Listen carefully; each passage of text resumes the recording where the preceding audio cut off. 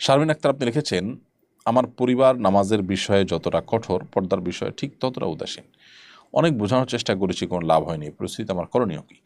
অনেকে মডারেট ইসলামের বিশ্বাসী হয়ে উঠছেন আজকাল, বিশেষ করে ওয়েস্টার্ন কান্ট্রিগুলোতে নানাবিধ বাধা বিপত্তি, প্রতিকূল পরিবেশে মুসলমানরা টিকে থাকতে হয়। তো সেখানকার বিভিন্ন নিরুপায় অবস্থার বিধিবিধানকে আমাদের দেশের মতো জায়গায়, যেখানে মুসলিম প্রধান দেশ রয়েছে, সেখানে অনেকে আমদানি করেন। এটি একটি বিভ্রান্তি, এবং এই বিভ্রান্তির কারণে অনেকে পর্দার গুরুত্ব বুঝেন না। সূরা নূর, সূরা আহজাবটা খুব ভালো করে তেলাওয়াত করার, অর্থ সহকারে, ব্যাখ্যা সহকারে তেলাওয়াত করার জন্য এই ধরনের মানুষকে আমি অনুরোধ করব। আশা করা যায় শরীয়তে পর্দার যে গুরুত্ব রয়েছে সেটি তারা এই দুই সূরা তেলাওয়াত করলে খুব ভালো করে উপলব্ধি করতে পারবেন।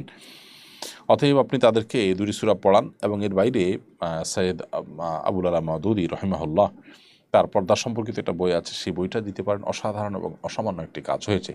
এবং ডক্টর খন্দকার আবদুল্লাহ জাহাঙ্গীর রহমাল্লাহর পোশাক ও দেহসজ্জা এই নামে একটা বই রয়েছে, সেই বইটা আপনি দিতে পারেন। এটি ইনশাআল্লাহ পর্দার যে গুরুত্ব, এটি যদি তারা পড়ে থাকেন, আশা করা যায় তারা উপলব্ধি করবেন এবং তাদের অবহেলা কেটে যাবে।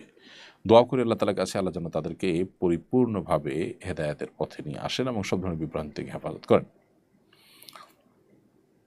এরপরে প্রশ্ন হলো, জাতীয় মসজিদে এখন নিয়মিত খতিব নেই, খতিবের শূন্য পদে কেমন আলেম কামনা করেন? জাতীয় মসজিদের খতিব হিসাবে এমন একজন আলেম আসা উচিত, যিনি বাচ্চার কারণ ইতিহাসের সবচেয়ে শ্রেষ্ঠতম খতিব হযরত মাওলানা ওবায়দুল হক সাহেব রাহিমাহুল্লাহর ভূমিকা অবতীর্ণ হতে পারবেন। ওবায়দুল হক সাহেব রাহিমাহুল্লাহকে আমি দেখেছি, আমার বয়স অনেক কম ছিল তখন, এবং তার বেশ কিছু কার্যক্রম আমার দেখার সুযোগ হয়েছে। আমি কর্মজীবনে শেষ করে যখন প্রবেশ করেছি, তখনও তিনি কিছুদিন বেঁচে ছিলেন। খতিব ওবায়দুল হক সাহেব রাহিমাহুল্লাহর সবচেয়ে বড় যে বৈশিষ্ট্য ছিল, তা হলো তিনি এদেশে বিবাদমান যতগুলো ইসলামিক ঘরানা আছে, তাদের সবাইকে তিনি আগলে রাখার চেষ্টা করতেন, বা সবাইকে সাথে নিয়ে চলার চেষ্টা করতেন। তো তার যে এই বৈশিষ্ট্য ছিল, এই বৈশিষ্ট্যটার কারণে মুসলমানদের মধ্যে সেরকম দলাদলি, অর্থাৎ যতগুলো দল আছে সেটা আরও ভয়াবহ পরিগ্রহ করার কথা ছিল, এরকম কোনো কিছু তার জীবদ্দশা অন্তত হয়নি।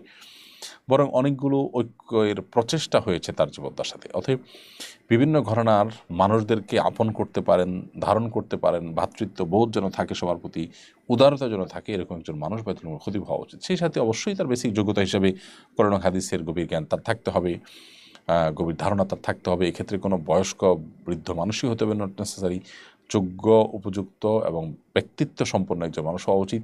ইসলামকে মিডিয়া এবং অন্যান্য ক্ষেত্রে চমৎকারভাবে উপস্থাপন করার মতো দক্ষতা থাকা দরকার। এই বিষয়গুলো যদি লক্ষ্য করা হয়, তাহলে আশা করা যায় জাতীয় মসজিদে জাতির যে আকাঙ্ক্ষার প্রতিফলন হয়, সেরকম একজন খতিব পাওয়া যাবে। আল্লাহ তাআলা আমাদেরকে সেরকম খতিব পাওয়ার তৌফিক দান করুন।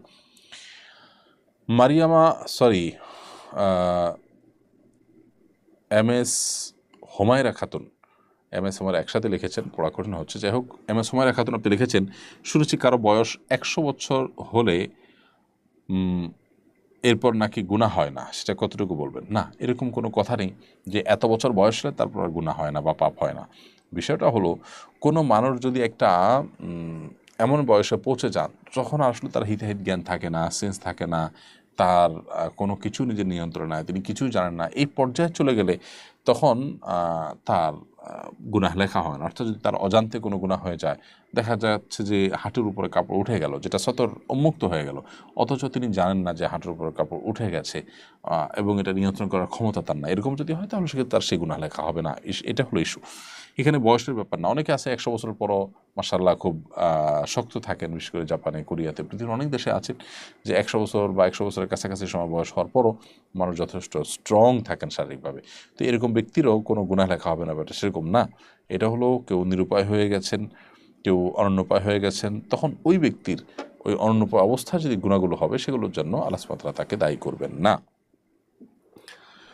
জেরিন লিখেছেন, সামর্থ্য থাকা সত্ত্বেও আমার স্বামী আমাকে তার কর্মস্থলে নিয়ে রাখেন না, আমাকে গ্রামে রেখে গেছেন। এ নিয়ে আমি খুব কষ্ট পাই। তাকে নানাভাবে বুঝিয়েছি, তবু তিনি তার কাছে নিতে নারাজ। এতে কি আমার হক তিনি নষ্ট করছেন না? এবারে কিছু বলবেন প্লিজ। বঞ্জেরিন, আপনার স্বামী যদি আপনাকে যেখানে রেখে গেছেন সেখানে যদি তিনি নিয়মিত আসেন, নিয়মিত বিরতিতে আসেন, আপনার ভরণ পোষণ, নিরাপদ থাকার জায়গা ব্যবস্থা করে দেন, এবং আপনার শারীরিক, মানসিক এবং সার্বিক হক আদায়ে কোনো ত্রুটি না হয়, তাহলে সেক্ষেত্রে আপনি এই ক্ষেত্রে তার উপরে অভিমান করতে পারেন বা স্ত্রী হিসাবে স্বামীর কাছে আর্গুমেন্ট করতে পারেন, কিন্তু অধিকার হিসাবে, অধিকার নষ্টকারী হিসাবে তাকে আপনি দেখাতে পারেন না, বা সেভাবে তাকে আপনি বলতে পারেন না যে তুমি আমার অধিকার নষ্ট করছো। কারণ একজন স্ত্রী স্বামীর পক্ষ থেকে তার সামাজিক স্ট্যাটাস অনুযায়ী থাকার জায়গা, খাবার এবং নিত্য প্রয়োজনীয় যা দরকার সেই ব্যবস্থা করে দেওয়াটা তার কর্তব্য। এটা হলো তার পাওনা একজন স্বামীর কাছ থেকে। এর পাশাপাশি স্বামী কাজের জন্য যদি দূরে থাকেন এবং যদি তিনি যৌক্তিক ব্যবধানে, সময়ের ব্যবধানে যদি আসা যাওয়া করেন, তাতেও কোনো অসুবিধা থাকার কথা নয়। কিন্তু ব্যাপারটা হলো যে আমাদের সমাজে যারা এরকম স্ত্রীকে দূরে রেখে, অর্থাৎ গ্রামে রেখে তারা শহরে আসেন বা দেশে রেখে বিদেশে চলে যান, তারা লম্বা সময় 1 মাস, অনেকে 1.5 মাস, বিদেশে যারা চলে যান তারা তো বছরকে বছর আর আসেন না।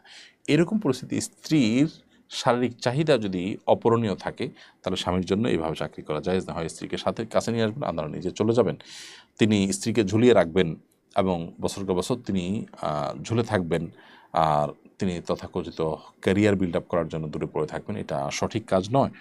আল্লাহ সুবহানাহু ওয়া তাআলা কোরআনে কারিমে বলেছেন পরিষ্কারভাবে যে ওয়াশিরুহুন্না বিল মারুফ, তোমরা তোমাদের স্ত্রীগণের সাথে যে দিনাতিপাত করবে, সংসার করবে, এটা যথাযথভাবে, সুন্দরভাবে, সর্বোত্তম উপায়ে করবে। এই চেষ্টাটা আপনার স্বামীর মধ্যে থাকতে হবে।